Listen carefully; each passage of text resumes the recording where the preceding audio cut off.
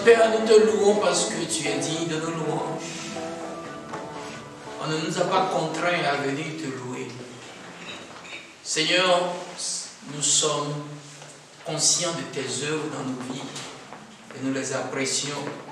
C'est pourquoi nous te disons merci. Je joins ma voix, celle de mon frère, celle de ma soeur, pour te dire un sincère merci pour tes œuvres dans nos familles, dans nos vies individuellement, collectivement.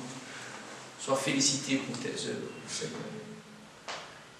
Maintenant que nous allons continuer, sois au milieu de nous et révèle-toi au nom de Jésus. Amen. Amen. All the time. God is good. God is good. All the time. La fête aura bien bien. Amen. Ça fait la deuxième fois qu'on coupe aujourd'hui. Mais même sans lumière, on aura la lumière de la parole de Dieu. Amen. Nous allons donner l'opportunité à l'orateur du jour, le pasteur Laurent Adalbert. Le jeudi passé, il nous a invités, chacun pour sa part, à rétablir l'autel de la prière, à développer une intimité avec Dieu, à expérimenter la parole de Dieu. Et chacun a prié, et chacun continue de prier.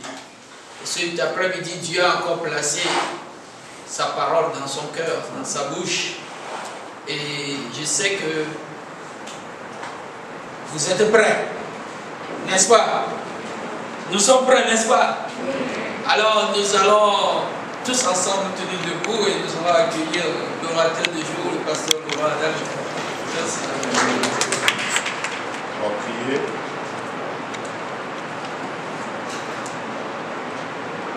Père, de par ta nature, tu es lumière, tu es feu et toute énergie.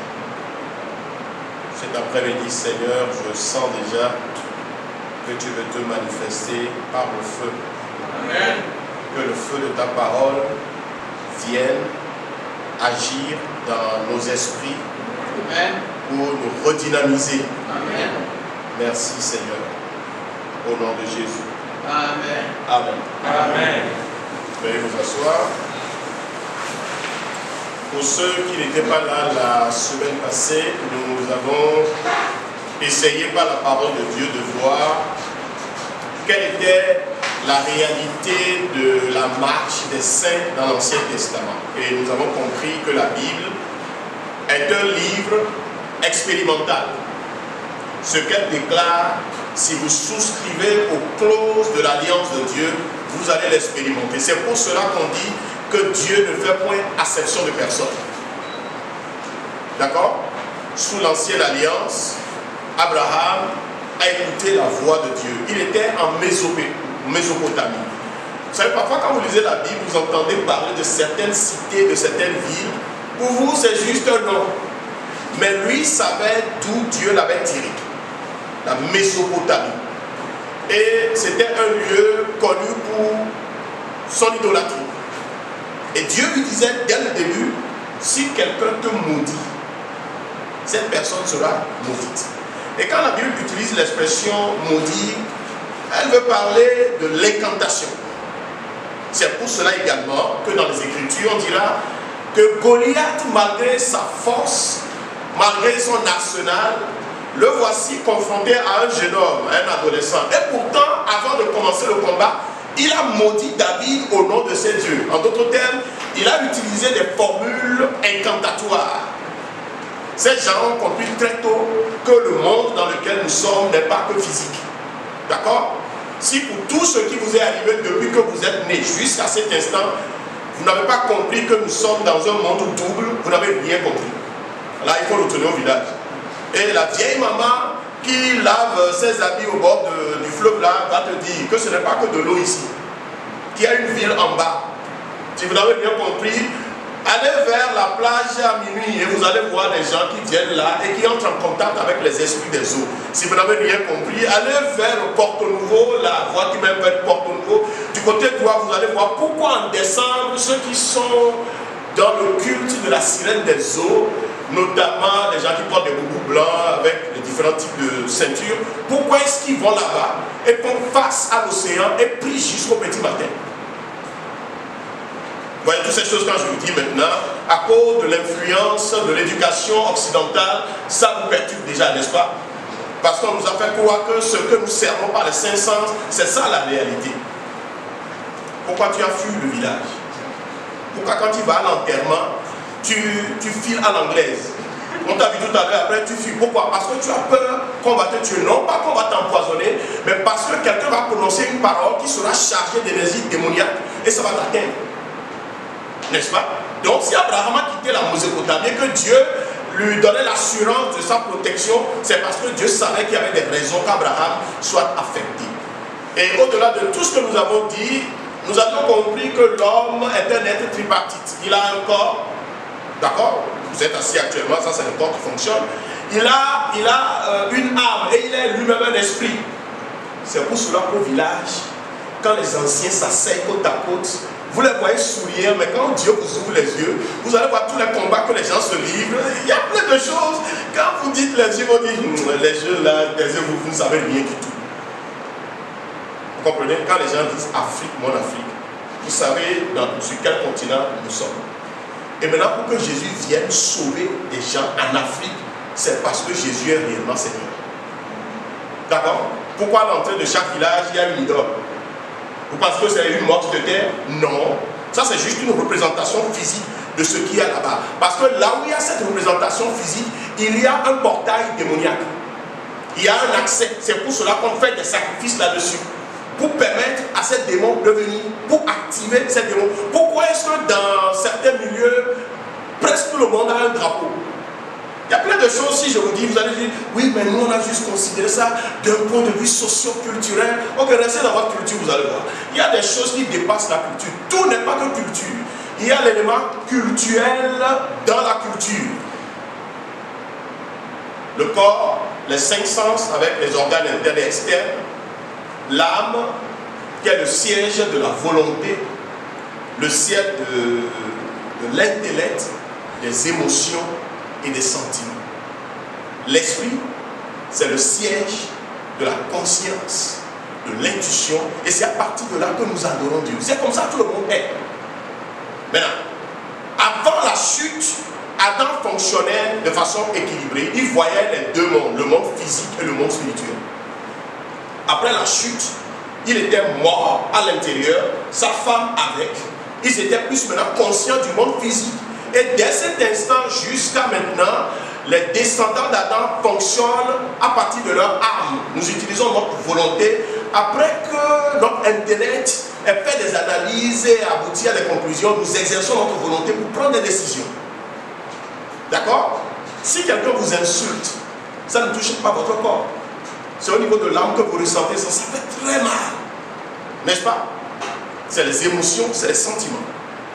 Maintenant, lorsque nous devenons chrétiens, devenons enfants de Dieu, et que nous lisons la Bible, peut-être qu'on a eu la Bible pendant des années, ça, on lit, mais ça ne dit pas grand-chose.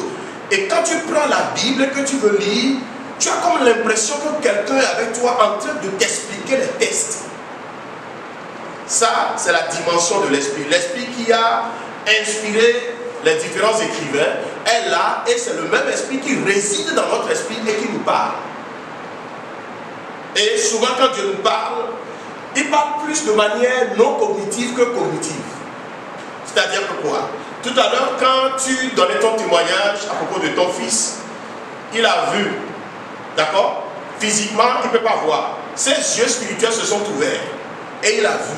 Maintenant, Dieu ne lui a rien dit, mais par ce que nous appelons l'intelligence spirituelle, il a compris que sur la langue de ce garçon-là, il y a quelque chose qui n'est pas naturel.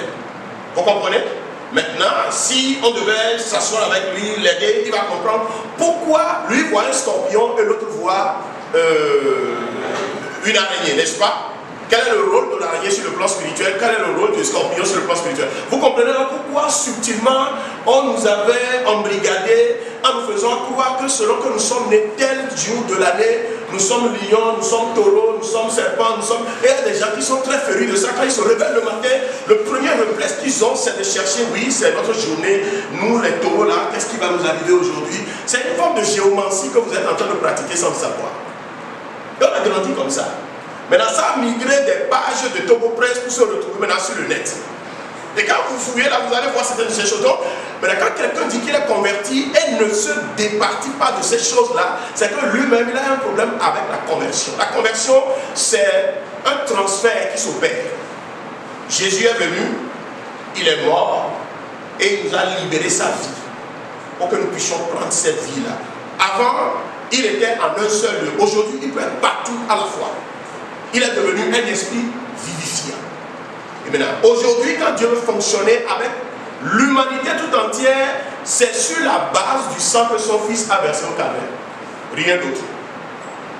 Si Dieu doit te bénir, c'est sur la base de ce sang. Si Dieu s'approchait de toi, c'est sur la base de ce sang. Quoi que ce soit que Dieu ferait dans ta vie, c'est sur la base du sacrifice de son Fils à la croix.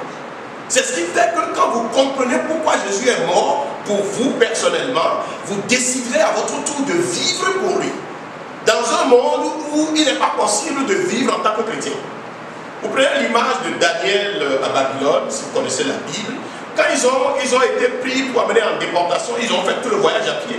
N'oubliez pas qu'il est de sang royal. Ils ont fait des kilomètres, des centaines de kilomètres à pied. Et quand tu veux entrer à Babylone, c'est comme, pour ceux qui ont été une fois à Paris, c'est comme l'arc de triomphe. D'accord? Vous devez passer par là. Et c'est les idoles qui sont là un peu partout. Les représentations grotesques des idoles qui sont là. Vous passez par là. Et les Juifs pleuraient. À cause de nos iniquités, nous sommes obligés de nous soumettre à ces démons-là. Et ils vivaient là-bas. Et pourtant, Daniel a vécu à Babylone. N'est-ce pas? Si Daniel a vécu à Babylone, pourquoi tu fuis le village? Nous sommes chrétiens en ville, mais au village, on fait, il faut être sage.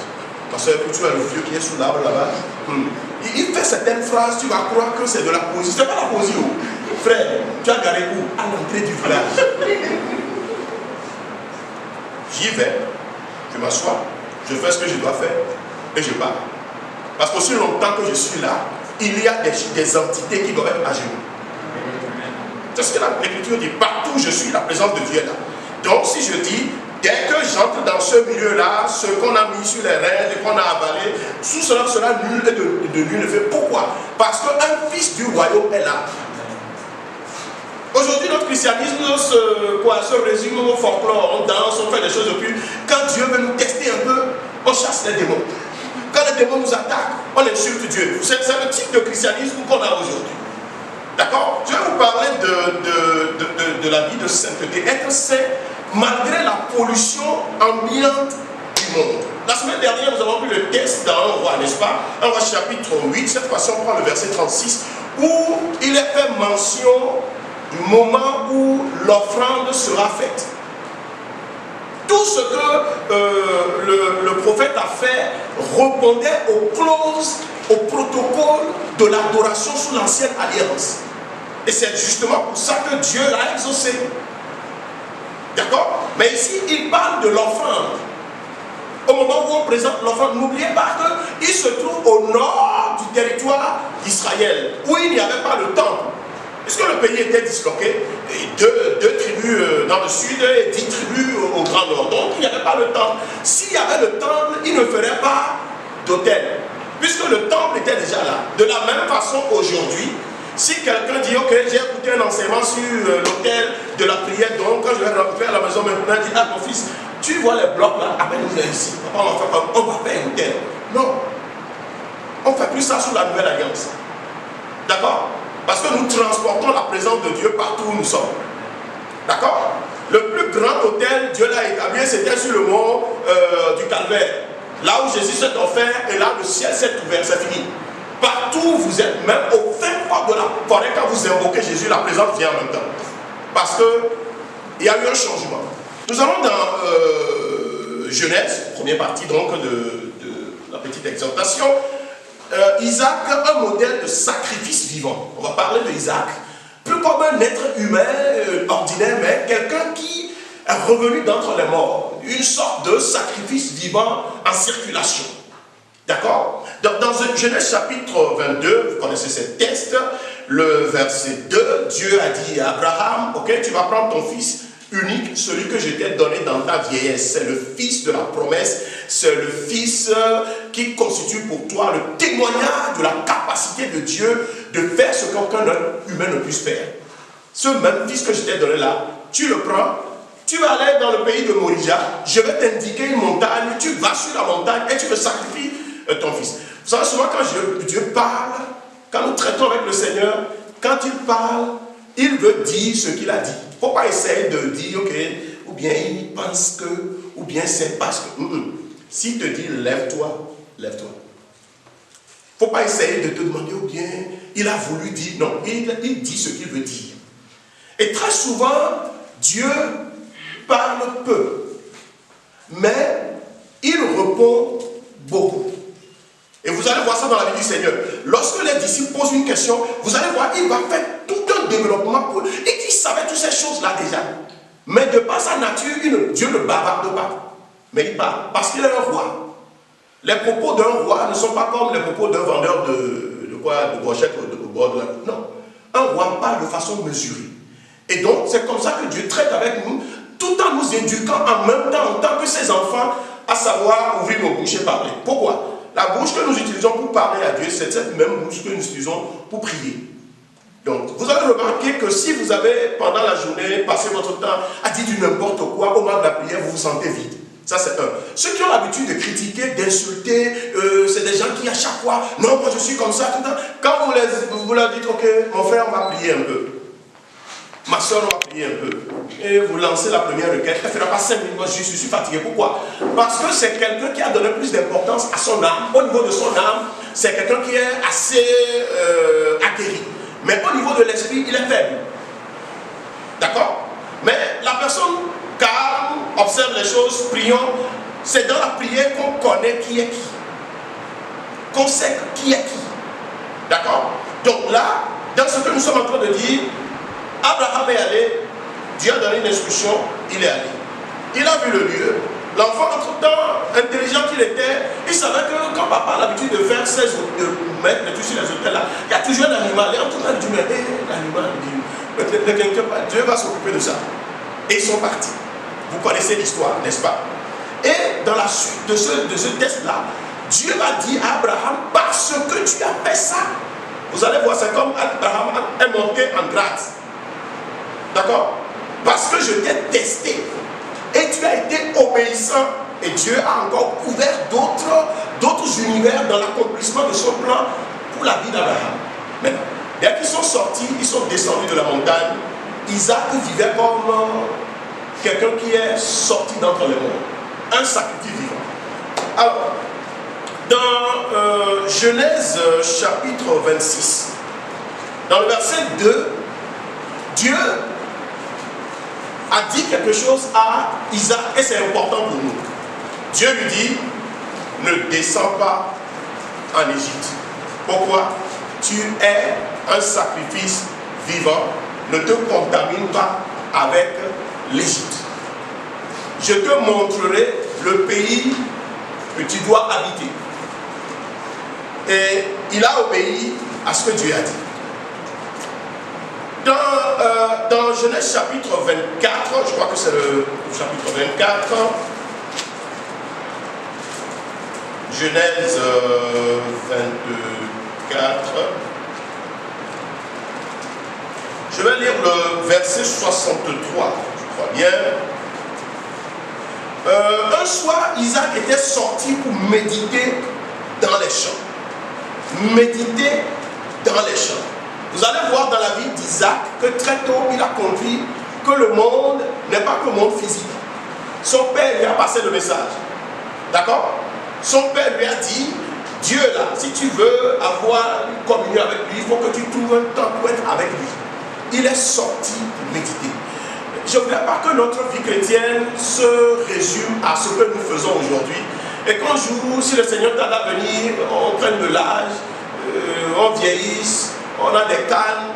Et un jour, je vais voir Dr Jules et son épouse, et on s'assoit, on se souvient des jours d'autrefois. Notre vie chrétienne ne devait pas être comme ça. Nous devons passer le témoin à nos enfants. D'accord? Très tôt, passer le témoin aux enfants. Aidez-les, ne les forcez pas. Demandez la sagesse à Dieu. Il vous aidera à pouvoir les aider à faire de Jésus leur meilleur ami. Et là, dès que ça arrive là, il y a certaines choses, vous ne pouvez plus dire, ok, en tant que papa, non. D'accord?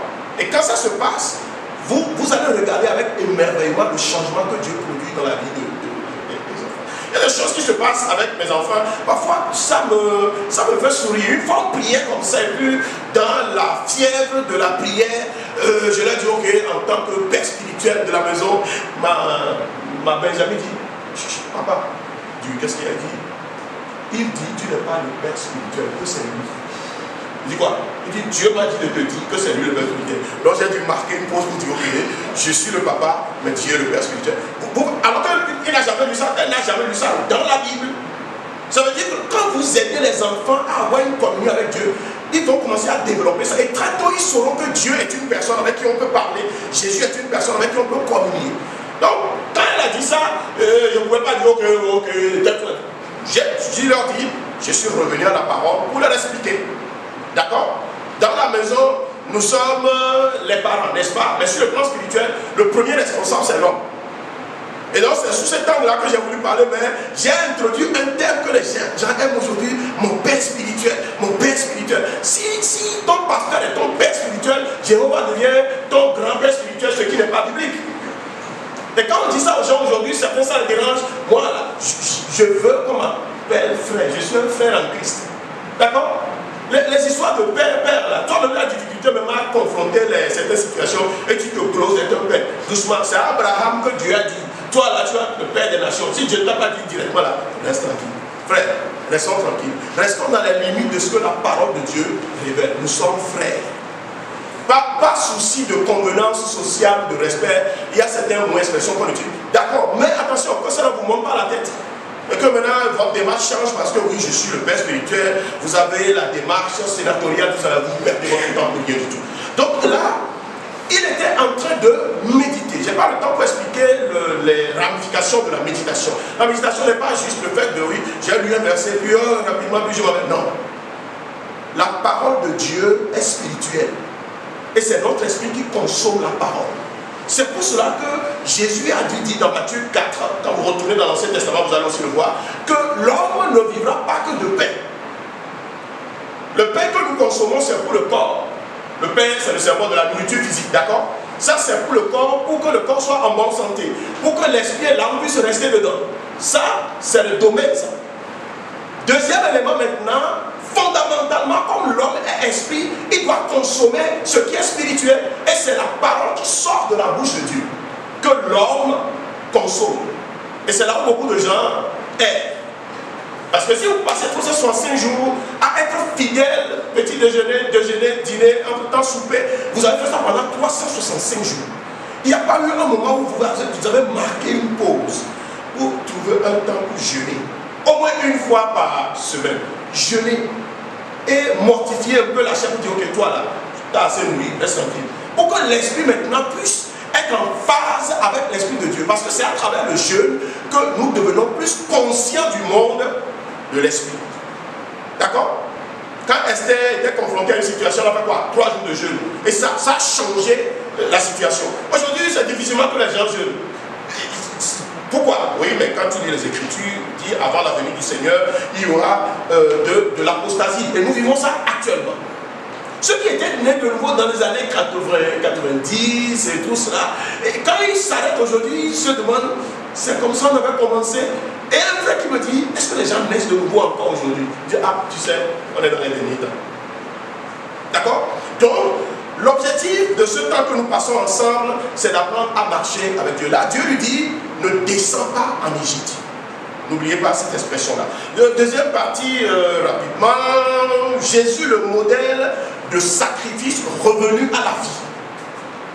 Il a été sacrifié, mais c'est le seul. Il a été sacrifié, mais il est revenu à la vie. Vous savez l'histoire de Jean-Baptiste qu'il a vu au Jourdain et qui a dit à ses disciples, voici l'agneau de Dieu qui ôte le péché du monde. Pourquoi? N'oubliez pas, Jean-Baptiste, c'est un prophète de Dieu. Ça, c'est un 2. Jean-Baptiste est rempli du Saint-Esprit. Si vous voyez Jésus sur le plan physique à l'époque, il est comme n'importe quel juif en Israël, en Palestine. Rien ne le distinguait des autres. C'est juste un juif parmi tant d'autres. Mais le Saint-Esprit a dit à Jean-Baptiste, des gens viendront se faire baptiser. Mais il y a un qui viendra. Quand tu le vois, tu sauras. Et il lui a donné des signes distinctifs. C'est pour cela que Jean, au début, ne voulait pas baptiser Jésus. Parce que c'est ton Créateur qui est devant toi et tu veux le mettre au rang des mortels. Vous comprenez? Donc là, Jésus, l'agneau de Dieu, il va à la croix, il donne sa vie, il meurt. Et il y a aujourd'hui dans des religions venant de l'Orient, l'une des religions de l'Orient, qui dit non, qu'en fait Jésus n'est pas mort, c'est une autre personne, on a raconté des histoires, mais que c'est le vrai Esprit de Dieu qui parle. Le Saint-Esprit ne ment pas. Dans le texte biblique, quand vous lisez dans l'évangile de Jean, les autres évangiles, vous allez voir que quand Jésus était mort, il y a des soldats qui sont habitués à faire ces choses-là. Donc, pour s'assurer s'il était réellement mort ou s'il n'est pas tombé en syncope, il prend sa lance, allez, il lui perce le côté. Et le sang sort et de l'eau sort. Maintenant, si vous êtes regardant en lisant la Bible, vous allez voir que dans la suite des versets, on ne parle plus de Jésus, mais on parle du corps de Jésus. Il est parti demander le corps de Jésus à Pilate. Et ils ont descendu le corps de Jésus. Le corps de Jésus. C'est la même chose qu'on fait ici, n'est-ce pas? Hein?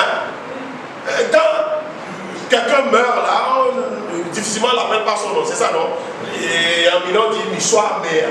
Donc ça devait être ça. Pourquoi? Parce que le corps, c'est pas la vraie personne. C'est comme la vie.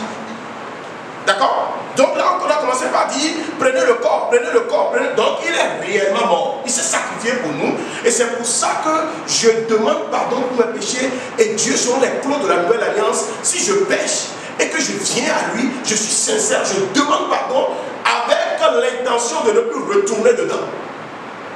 Non pas que chaque samedi j'arrive voir quelqu'un pour lui dire ok, j'ai fait ça, j'ai fait ça, j'ai fait ça, j'ai fait. Et ça aussi j'ai fait.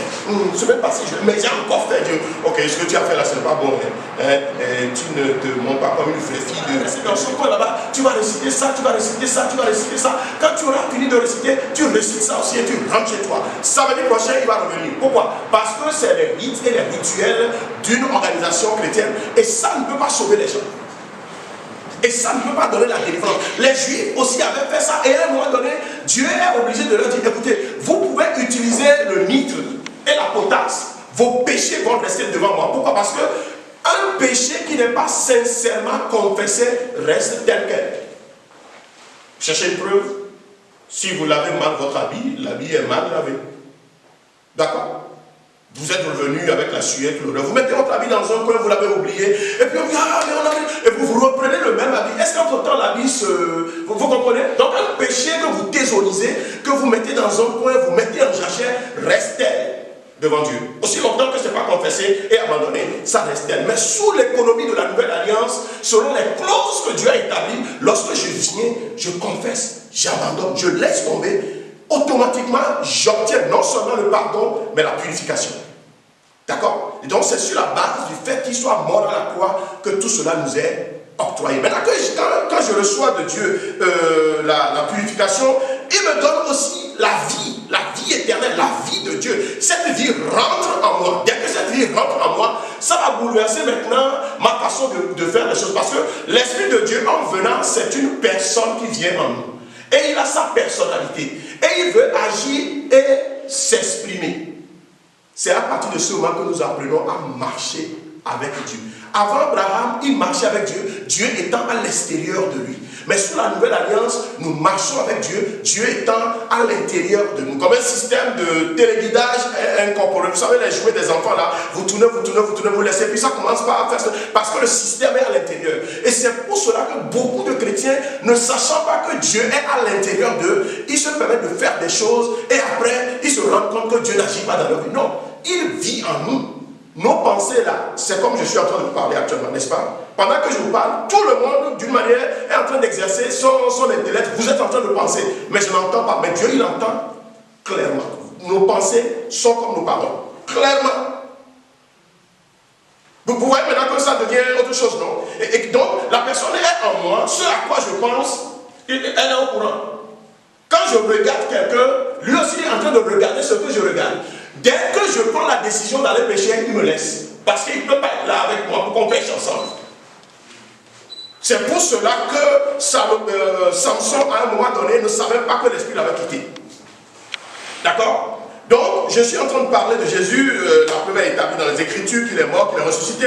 Dans Apocalypse chapitre 1, dans le verset 17 et 18, là, l'Écriture nous dit que quand Jean a eu la révélation de ce qui s'est passé, vous voyez là, le livre de l'Apocalypse nous montre deux mondes parallèles. Le monde physique, l'île de Patmos, et le monde de l'esprit, là où il a été amené. Et là, il y a une expression que beaucoup de gens passent ou ignorent, je ne sais pas s'ils le font sciemment.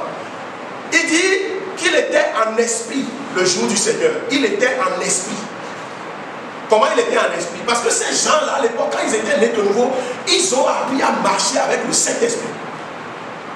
Et c'est pour cela que quand on a arrêté Étienne, il était devant les gens comme ça. Et il est rentré en lui-même. Et l'émanation de ce contact-là se faisait voir sur son visage. C'est pour cela que les gens disent que son visage brillait comme celui d'un ange. Non, il était déjà en train de parler avec le Seigneur. Et la décision a déjà été prise de l'autre côté, ils vont le tuer. Maintenant, t'en fais pas, tu viens à la maison. Donc il était juste calme. Et quand on lui a donné la parole, le monsieur, sans se référer à un quelconque livre, il a fait l'historique du peuple d'Israël depuis Genèse jusqu'à l'instant où il était en train de parler. Et il a démontré aux Juifs que Dieu là, il n'habite pas dans les temples faits de main d'homme. C'est pour cela que quand son fils est venu, il dit, vous détruisez ce temple, le troisième jour, je vais le ressusciter. Et aujourd'hui, nous nous trouvons dans ce lieu, n'est-ce pas? Et le Seigneur est là. Quand nous quittons, sa présence n'est pas obligée d'être ici. Quand nous revenons, nous sommes 3 ou 4 et que nous avons à cœur le même sujet et tout le monde aime le Seigneur. Là, il dit, là où 2 ou 3 sont assemblés à mon nom, en tant que disciple soumis à mon autorité, je suis au milieu d'eux. Il y a des églises, il y a plein de gens qui se rassemblent, mais ils n'aiment même pas au milieu. Donc, c'est cela le problème. Parce que, quelque part, on a manqué de nous enseigner à avoir une intimité personnelle avec le Seigneur. Quand il parle, vous devez savoir que c'est lui qui parle. Vous vous souvenez sur le bord du fleuve Tibériade, quand le Seigneur est venu, les enfants, vous avez pris quelque chose? Il dit non, toute la nuit, on n'a rien pris. Elle dit venez, jetez le filet de ce côté. Jean a dit en même temps, c'est le Seigneur. Parce qu'il savait comment il fait ces choses. Et quand Pierre a su ça, il est tombé dans l'eau rapidement pour aller vers lui. Donc, pour chacun d'entre vous, vous devez apprendre à communier avec le Seigneur. Il parle. Si vous êtes réellement converti, il vient résider dans votre esprit. C'est à partir de là qu'il nous parle. Quand vous lisez la Bible, vous demandez, vous posez des questions, il parle. Dans la prière, on ne vient pas devant Dieu pour s'éparpiller. Et Seigneur, 1, 2, 3, 4, 365 jours. Et à la fin de l'année, si on vous demande, mon frère, ça fait 365 jours que tu as prié. Maintenant, nous sommes au 31 décembre. À laquelle de tes prières Dieu a répondu? Frère, ce n'est pas réponse qu'on cherche, c'est exercice. Vous comprenez? C'est pourquoi parfois, selon que nous dirigeons la prière d'une certaine manière, et que le jour on a vraiment vu que les gens étaient anxieux, aujourd'hui on a beaucoup prié. Si tu nous voyais même anxieux. Sous la nouvelle alliance, les choses se font plus en esprit que physiquement. D'accord? Vous pouvez voir quelqu'un dans un coin là, et puis à un moment de penser qu'il est en train de dormir. La personne, si elle est vraiment dans l'esprit, ça va se sur le plan positif, d'accord? De la même façon, quand ceux qui sont dans l'autre monde viennent dans des rencontres comme ça, ils vont faire semblant de dormir, mais ils sortent de leur corps pour faire leur voyage et tout ça. Mais quand ils sortent et se rencontrent, il y a une présence, ils reviennent rapidement à leur place. Parce que si tant quoi que ce soit, ils risquent de ne plus rentrer définitivement. D'accord? Donc, en tant que chrétien, vous devez savoir qu'il y a ce deux mondes dans lesquels nous sommes. En réalité, nous sommes dans le royaume de Dieu et nous fonctionnons ici physiquement. Quand vous devez prier pour recevoir un message, vous devez aller auprès de lui. Qu'est-ce que je dois dire? C'est lui qui dit. Parfois, il te donne le titre et il ne dit plus rien. Et tu attends. Tu pries. Et maintenant, il te dit, ok, tu diras ceci premièrement. Ensuite, tu vas dire ça. Après, tu vas dire ça. Point. S'il ne te dit rien, que tu te hasardes, tu dis, ok, de la façon dont je vois le visage des gens ici, là, on va plutôt parler d'épistémologie. On va parler, mais tu viens de dire des choses, c'est pas lui qui t'a inspiré. il y a en haut, tout ce que tu dis là, aucune inspiration, donc il n'y aura pas de backup spirituel. Mais quand il te donne sa parole, il y a le backup. Je dis toutes ces choses pour que vous compreniez que la vie chrétienne est une vie réelle. Ce n'est pas les rites, ce n'est pas les rituels. C'est une relation qu'on développe avec le Saint-Esprit. Et il parle. Le Saint-Esprit parle. Et il faut apprendre à écouter. Lui, le sacrifice vivant est allé dans les champs pour aller méditer. Il a su ça rapidement. Quand on était nouvellement convertis, les premières des choses qu'on nous avait enseignées, ce n'est pas les livres chrétiens, c'est la Bible. On nous a enseigné comment faire la méditation matinale. Comment lire un texte, poser des questions et attendre. Et puis tu reçois la réponse et tu écris. Et puis on te dit, va dans ce texte-là, ici, ce que c'est. Et tu es en train de faire ces choses. Si quelqu'un à côté est en train de te voir, et puis d'un seul coup, tu commences à te dire, mon frère, tu es très émotif. Cette Bible-là, tu lis, tu pleures, tu dis, c'est ce qu'il m'a montré. Vous comprenez? Je me souviens de l'année où un de mes cousins revenu de l'Europe, on partageait la même chambre. Il avait des propos, je le regardais, tout ça. Et très tôt le matin, je m'étais réveillé, il dormait. Et j'ai commencé à prier, sans le réveiller. J'ai fait la prière, tout. Et puis bon, je me suis douché. Après, maintenant, il m'appelle, il dit, ah, Laurent, ces choses que tu dis est vrai. Il dit, qu'est-ce qui est vrai? Il dit, ce matin-là, quand tu priais, je dormais. Et d'un seul coup, la lumière est venue comme ça sur toi. J'ai ouvert mes yeux et j'ai vu cette lumière-là qui était là. Jusqu'au moment où tu as fini la prière, dit, tu as vu votre quoi, Descartes a dit quoi? C'est vous là, il a dit quoi? Et il était confus. Vous pouvez donc, si vous prenez à la légère la vie chrétienne, vous allez juste être religieux. Vous allez connaître beaucoup de versets bibliques, mais ça n'aura pas de répondant dans votre vie. D'accord? Vous devez, si vous prenez un verset, vous dites oui, ça là, Dieu m'a exaucé dans ça là. Je peux cocher ça, oh ça là, je sais. Comment tu sais? Par expérience. Ce que Jésus essayait de dire aux disciples pendant 3 ans et demi, et n'arrive pas à comprendre. Maintenant, le Saint-Esprit nous donne d'expérimenter. La connaissance spirituelle est expérimentale. Nouvelle naissance là, tu l'expérimentes. La sanctification, tu l'expérimentes. Le baptême dans le Saint-Esprit, tu l'expérimentes. Quand Dieu t'oriente là, c'est de l'expérience. Parce que la personne même, l'enseignant est à l'intérieur de nous. Et c'est lui qui est en train de nous diriger. Dernière partie, avant que je ne laisse la parole. L'obligation d'être un sacrifice vivant volontaire. C'est une obligation pour tous les chrétiens. Et là, c'est non négociable. Tu ne peux pas dire, oh mon frère, tu sais, nous on s'est consacré et on a fait en train de faire cette œuvre. Je dis, ah, je vous admire, hein. Et que, ah, moi là, vraiment, votre Jésus là, si tu veux aller au ciel, c'est une obligation. Romains chapitre 12, verset 1. Dans ce texte des Écritures, l'apôtre Paul est en train de montrer clairement quelque chose qui s'apparente à ce que Dieu avait dit à Isaac. N'oubliez pas, lui, il était un sacrifice vivant, n'est-ce pas? Et Dieu lui dit, ne descends pas en Égypte. Tu seras contaminé. Romains chapitre 12, maintenant, le verset 1. Il a dit, je vous exhorte donc, frère, par les compassions de Dieu, à offrir vos corps comme un sacrifice vivant. Il y a quelqu'un qui peut dire, ah, on a dit vos corps. Ok, on va essayer de rendre ça plus adéquat. D'accord? Je t'exhorte donc, mon frère, par les compassions de Dieu, à offrir ton corps comme un sacrifice vivant, saint, agréable, ce qui sera de ta part un culte raisonnable. Il y a des gens qui nous disent, oh sinon je suis chrétien, mais je ne fais pas comme vous. Sinon ma foi c'est dans mon cœur. Mon corps là, ça m'appartient. Et je l'entretiens comme je veux. Et quand déjà disait, continue, quand est-ce que Jésus t'a parlé pour la dernière fois? Il parle. Mais oui, il parle à ceux qui lui appartiennent. Si tu ne lui appartiens pas, il ne te parlera pas. La Bible dit, si quelqu'un n'a pas l'esprit de Christ, il ne lui appartient pas. Si tu es réellement né de nouveau et tu as accepté de devenir disciple de Christ, il vient par son esprit et il réside à l'intérieur de toi et il te parle. Et vous savez, même jusque dans ce que nous faisons chaque jour, au bureau, dans ce que tu fais là, il y a des moments d'inconscience, on se demande qu'est-ce qu'on va faire. Il va juste te dire faire ça et tu vas trouver. Non pas qu'il t'aide à tricher, non, il t'inspire. Il t'inspire. Et c'est là où très tôt tu apprends à savoir comment Dieu dirige par l'intuition. Tu te réveilles le matin, tu lis la Bible, tu es en train de méditer, tu es en train de prier et il te dit dans la journée X, Y et Z vont venir te voir.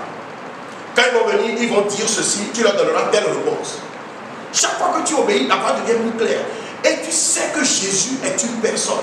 Le mal qu'on a aujourd'hui, c'est que nous voulons continuer avec une adoration géolocalisée. C'est quand dimanche nous nous retrouvons à l'église que nous avons l'impression que Dieu est là. Dès que nous sortons de l'église, on est comme les sous-marins qui, entre temps, ont fait surface pour regarder l'horizon. Ok, allez, en plongée, tout, et ils rentrent. Donc, dimanche après le culte, on plonge. Et on refait surface le samedi soir. Non, non, non. Vous n'allez pas goûter que le Seigneur est bon. Vous n'allez pas goûter. C'est une paix. Il parle. Je ne sais pas comment vous dire ça pour que vous puissiez comprendre. Il parle. Jésus est réel. Et c'est le Saint-Esprit qui rend Jésus réel. Pour chacun d'entre nous. Et de moi, il te réveille, il te dit, prie pour ça, prie pour ça, prie pour ça. Avant même que des gens ne se rassemblent pour prendre des décisions, pensant me faire du mal, nous on est au courant de lui. Nous on sait qu'après ça, on va dire ça. Et quand on aura fini le jour, après on va dire ça. Et après, maintenant, on passera même voir, visiter les gens pour imposer ça. On est au courant des choses, non? Mais on ne parle pas. Parce que Jésus est au contrôle.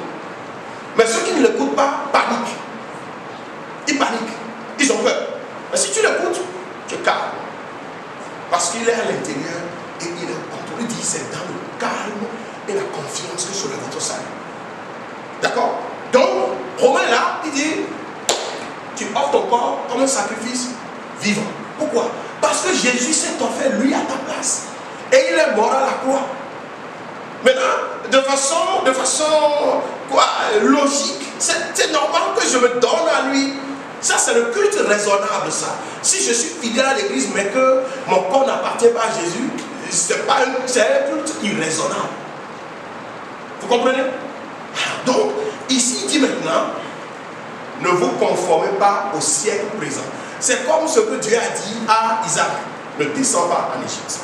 Ne vous conformez pas au siècle présent. Parce que le siècle présent est impie. Le siècle présent n'aime pas la parole de Dieu. Le siècle présent s'oppose à Dieu. Le siècle présent veut tout faire pour vilipender Jésus. Maintenant, là, c'est jusqu'aux Nations Unies qu'on a dit que l'Église est l'ennemi de l'être humain. Vous savez ça, non? C'est sur les réseaux sociaux. On était au courant de ça jusqu'à UNESCO qui disait ça depuis très longtemps, très longtemps. Que l'Église est l'ennemi de l'humanité parce que l'Église dit des choses contre les homosexuels et tout le reste. Donc, quand des choses comme ça se passent, il y a certains qui vont paniquer. Il le disait, ça fait un bon bout de temps. Donc, la Bible dit, ne vous conformez pas au siècle présent. Ne vous laissez pas phagocyter, formater par le siècle présent. Il y a des gens, quand une nouvelle tendance vient, oh, allez, vous les voyez dans le vent. Et oh, vous les voyez, mon frère dit, non, mais comment nous ne sommes plus au XVIIe siècle, hein, nous sommes dans le vent, Mais si tu vis comme ça, là, comment pourras-tu développer une communion intime avec le Seigneur? Bien, sur le plan intellectuel, il y a beaucoup de gens qui pensent que plus ils évoluent intellectuellement, cela équivaut aussi à une croissance spirituelle. Non, les deux choses ne s'équivalent pas. D'accord? L'intellectualisme, c'est au niveau de notre âme. Et c'est une très bonne chose d'utiliser le cerveau, parce que c'est Dieu qui nous a donné le cerveau. Ça, c'est très bon. D'utiliser les autres composants de l'âme. Maintenant, sur le plan de l'esprit, là, sur le plan de l'esprit, nous commençons tous par la nouvelle naissance. Et tout se décide en ce moment-là. Si je décide d'être sérieux avec Dieu, je vais grandir avec le Seigneur. Si je joue à la comédie, je vais faire du surplace pendant des années. Mais si je suis sérieux, quand Dieu te révèle quelque chose, c'est parce que cette chose-là doit sortir de ta vie. D'accord? Tu ne peux pas dire que tu es chrétien et tu as un copain ou tu as une copine ou vous échangez des choses sur les réseaux sociaux. Toi, mais tu sais que cette phrase que tu es en train de faire là, c'est chargé de sous-entendus érotiques. Il y a des gens qui font ces choses, non? Et après, maintenant, on vient à l'église, on fait semblant, et il ne te parlera pas. Parce que tu es en train de souiller son corps, son temple. Ton corps est son temple. Tu ne peux pas dire que tu es chrétien, tu vas aller prendre le mari de quelqu'un, ou bien tu es chrétien et tu tournes autour de la femme de quelqu'un. Non, ces choses-là sont contraires aux Saintes Écritures. Donc, chaque fois que Dieu te parle, il ne faut pas accuser les gens. C'est le problème que j'ai toujours eu quand on m'invite quelque part. Quand je finis le message, on s'en prend maintenant à ceux qui m'ont invité pour dire, je t'ai dit la dernière fois que j'étais bon. Pourquoi tu lui as dit? Et il est venu devant dire, personne ne m'a rien dit. C'est le problème que j'ai. Mais lorsque le Saint-Esprit met le doigt sur un aspect de ta vie, où tu refuses de pardonner aux gens, et l'Esprit met l'accent sur ça, et à cause de ça, tu souffres, tu es malade, mais tu dis non, je peux mourir de ça. sa mère, toi aussi longtemps que je n'ai pas vu le cercueil de ma mère, ça là, je ne vais jamais te pardonner. Ça, c'est quel langage ça? Dieu est le Tout-Puissant, il pardonne aux hommes. Dieu est le diable. C'est le diable qui ne pardonne pas. Lui, là, quand il te prend, il veut te voir en enfer avec lui. Ça, c'est le diable, ça. Comment tu peux dire que tu es chrétien et tu ne pardonnes pas? Et ça, on m'a dit, oui, on lui a parlé de nos problèmes, il est parti lui dire, dès que l'Esprit de Dieu met le doigt sur certaines de ces choses-là, il faut les abandonner. Ne vous conformez pas au siècle présent, mais soyez transformés par le renouvellement de l'intelligence, afin que vous discernez la volonté de Dieu. Vous voulez connaître la volonté de Dieu pour votre vie. Premièrement, vous devez consacrer votre corps à Jésus. Le corps doit lui appartenir. Le corps, l'âme et l'esprit, vous devez lui appartenir. Maintenant, sur cette base, vous pouvez aller vers lui pour lui dire, Seigneur, je suis à toi. Qu'est-ce que tu as comme plan pour ma vie? Il va te dire.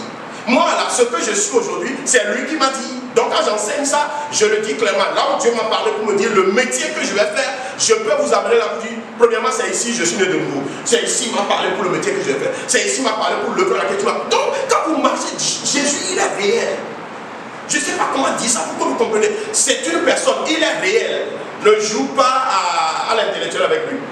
Tu prends un verset, tu analyses, tu dis si X égale à Y, donc si tu fais ça là et que tu tires ta conclusion, tu dis oui, c'est ce que le Seigneur dit. Il n'a pas dit, c'est toi-même qui t'es aventuré sur ce terrain. D'accord? Demande-lui. Si c'est un sujet que tu as à cœur, va à lui, prie, demande. Ne t'écarte pas du sujet.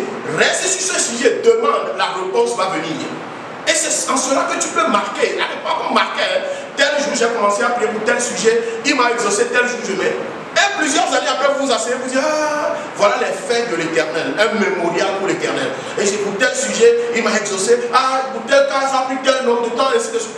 La vie chrétienne est dynamique. Je ne sais pas comment dire ça pour que vous compreniez. Lorsque vous vous consacrez à Jésus, votre corps devenant le temple du Saint-Esprit, il n'y a pas un seul démon en enfer qui puisse vous toucher sans qu'il ait reçu l'autorisation. C'est pour cela que même dans le plus profond sommeil, quand une présence démoniaque vient, il vous réveille. D'accord? Je vais m'arrêter ici. Et les sorciers vous traitent de sorciers. Il y a un gros sorcier qui a tout fait, il a fait plein de choses. Je ne me vertuais même pas à prier contre lui. J'étais tranquille dans mon coin. Jusqu'à ce que j'ai eu au cours de ce qu'il a dit. Ah, que Laurent là, ce n'est pas un sorcier. Du non, un sorcier. Un serviteur de Dieu. Ah, mais est-ce qu'il y a quelqu'un dit c'est parce qu'ils ont tenté, ils n'ont pas réussi. Non. Les sorciers ont peur de véritables enfants de Dieu. Des gens qui sont sacrifices vivants. La semaine prochaine, je vais parler du feu. Quand ce feu vient, vous habitez et émanez autour de vous. Vous dépassez certaines personnes, ils doivent s'écarter. Vous asseyez quelque part, le feu est là.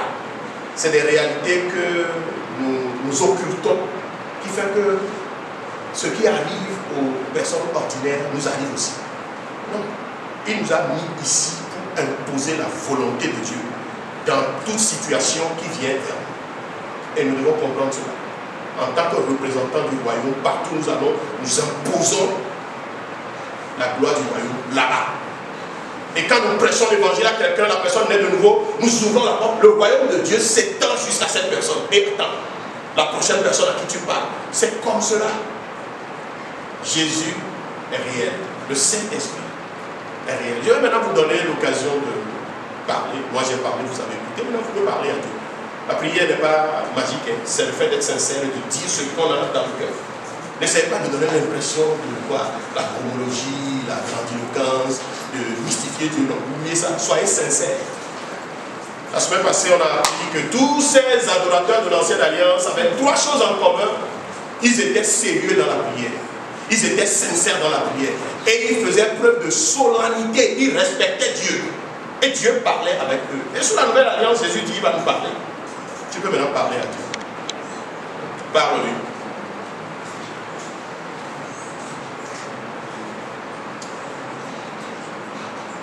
Parle-lui. Il veut ton corps. Il veut que tu te consacres à lui. C'est à partir de là, quand tu te consacres à Dieu, que tu peux aussi maintenant aller lui demander des choses. Jésus dit, jusqu'à présent, vous n'avez rien demandé. Demandez, il vous sera donné. Sois sincère. Nous avons tout à gagner en étant sincères avec Dieu. Nous avons tout à gagner en marchant avec Dieu. C'est une des plus merveilleuses expériences que nous aurons à passer ici-bas. Marcher avec le Créateur. Marcher avec le Tout-Puissant. Parle-lui. Sois sincère. Qu'est-ce qu'il y a dans ta vie? Dis-lui, Dieu, il y a ça. Je ne veux pas mentir, je vais te dire la vérité. Dans mon cœur, il y a ça, il y a de l'amertume. Dans mon cœur, il y a de l'envie, de la jalousie. Je n'arrive pas à le dire, mais ça me suit.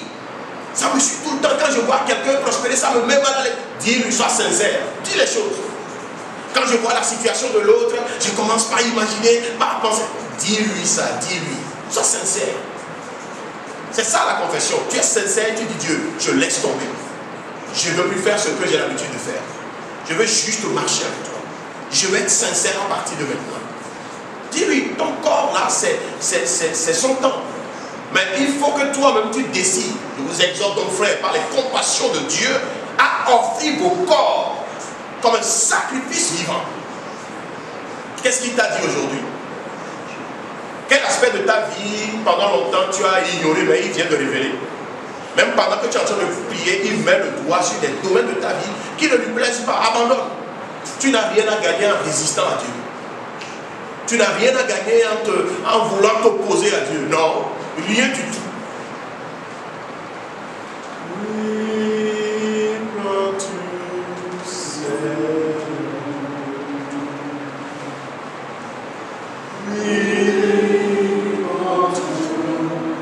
Réfléchis aux paroles de la chanson.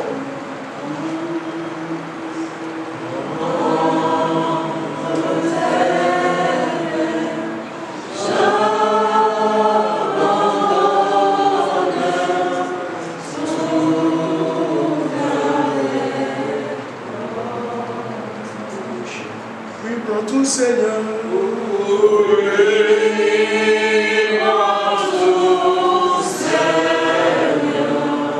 Seigneur Jésus.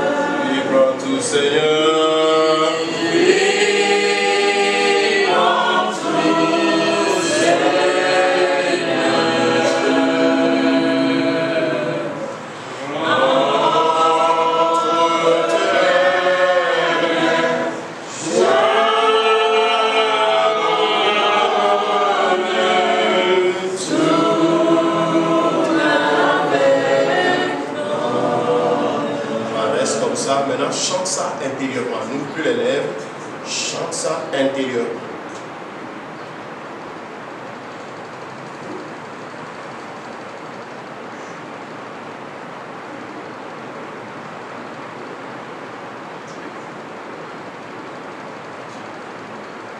Tu peux lever les deux mains maintenant et lui dire verbalement de tout prendre. Et après quoi, je vais prier avec vous.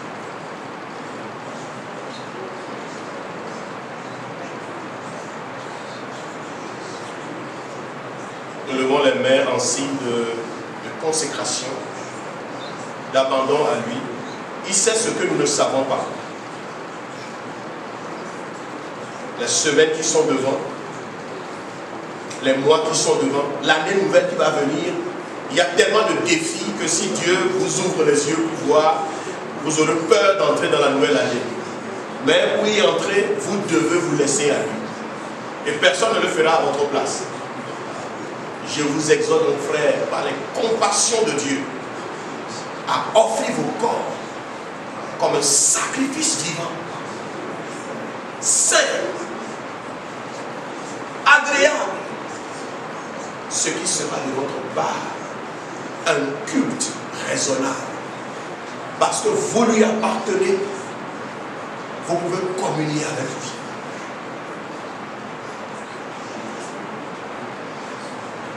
Si tu l'as fait, je vais maintenant prier pour vous.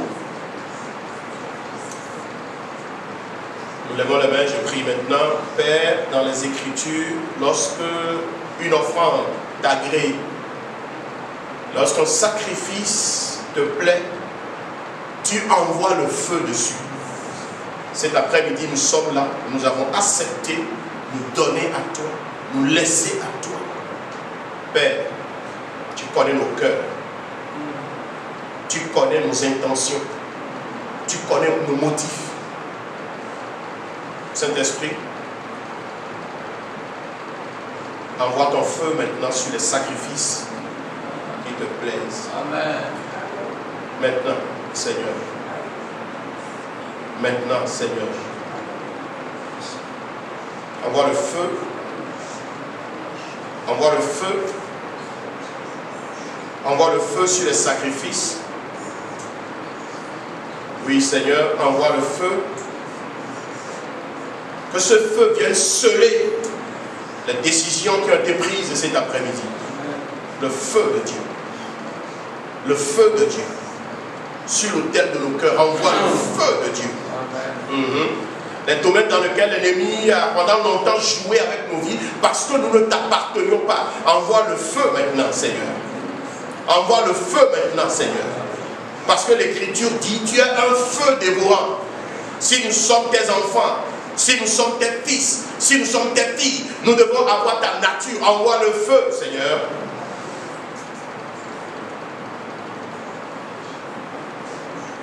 Oui, Seigneur, envoie le feu. Que le feu sanctifie nos vies, Seigneur. Et que ce feu nous permette de vivre dans la pureté, dans la sainteté, dans un environnement ambiant qui est souillé. Tu l'as fait pour Daniel, tu l'as fait pour Joseph. Fais-le, Seigneur, dans la vie de mes frères et sœurs. Vive la réalité de la présence résidente de l'Esprit de Dieu en nous. Seigneur, rends-nous sensibles quand tu parles, rends-nous sensibles quand tu te révèles, rends-nous sensibles quand tu révèles ta volonté, Seigneur. À partir de maintenant, Seigneur, nous voulons voir ce que tu vois, Seigneur. Nous voulons entendre ce que tu entends, Seigneur. Rends-nous sensibles à ta direction et à ta présence, au nom de Jésus. Selon les clauses, Seigneur, de la Nouvelle Alliance, tu as dit, jusqu'à maintenant, vous n'avez rien demandé. Demandez et il vous sera accordé. Mon frère va formuler sa demande, ma soeur va formuler sa demande, et conformément à ta nature, il est impossible que tu demandes. Ce que tu promets, tu l'accomplis toujours. Seigneur, exauce-les au nom de Jésus. Détruis les autels impies qui ont été établis par leurs ancêtres dans leur vie, et qui a eu de l'impact sur eux jusqu'à maintenant, en ce jour, comme ils se sont donnés à toi, détruis ces autels, Seigneur. Détruis-les jusque dans leur fondement, Seigneur.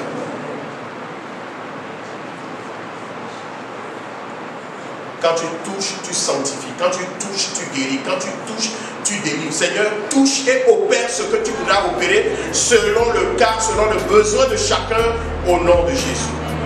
Merci, Seigneur. Au nom de Jésus.